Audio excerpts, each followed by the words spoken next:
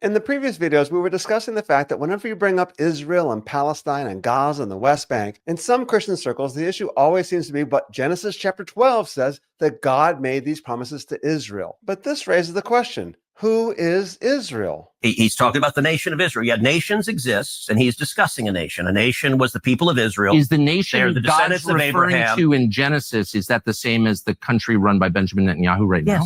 Yes. It is. Now, I think Mr. Cruz is seriously wrong. For one, the nation of Israel didn't exist at the time. The promise was made to Abraham. It does go on to specify his descendants later on, but as we discussed in the previous video, his descendants are those who are of faith. For example, the promises were given to Isaac and not Ishmael. They were given to Jacob and not to Esau. Now, some prefer to continue to call the Jewish people the chosen people of God, and we have to bless them at all times.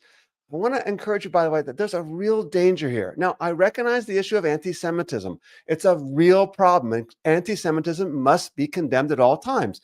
And by the way, the biggest perpetrators of anti-Semitism historically have been Christians.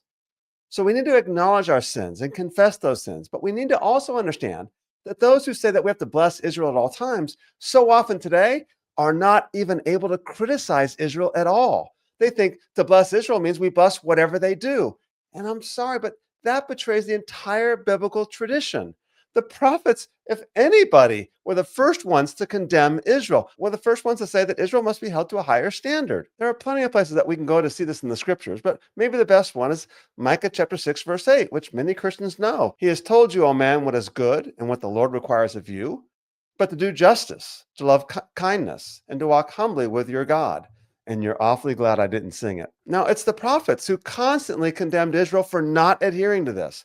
And there's many places that we can go, but maybe one of the best is Jeremiah chapter 7. In Jeremiah chapter 7, God speaks to the people of Israel and says this, amend your ways and your deeds, and I'll let you dwell in this place, referring to the temple.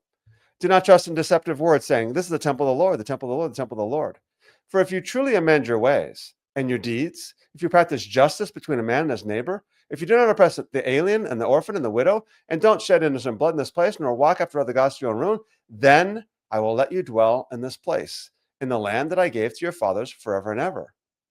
But then he goes on to say, oh, by the way, you're trusting in deceptive words. Are you going to steal, murder, commit adultery, and do all these things, and then come stand in my place? No. In verse 11, he goes on to say, has this house, which is called by my name, become a den of robbers in your sight? Now that verse might be very familiar to you. And the reason why it's so familiar is because Jesus quotes it in Mark chapter 11. Then he comes in the next day and he begins to overturn the money changers' tables and the seats and creates havoc, which is actually, by the way, a prophetic act of judgment upon the temple. And he says, it's this because my house shall be called a house of prayer for the nations, but you've made it a den of robbers. Quoting Jeremiah chapter 7. So you can see that the reason why Jesus was angry was because they failed to make the temple a place of prayer for the nations. They failed to include the nations. Promise of blessing to Abraham has been expanded to include the nations. So there's a problem when we say it only belongs to the Jewish people. And that is we make one race and one group of people superior to everybody else. And the danger is that when we fail to critique that nation. Now, am I saying that Israel's bad or wicked or needs to be wiped off the face of the earth? No, not at all. I'm simply saying that Israel, like any nation, has to be held to a standard of justice for everybody.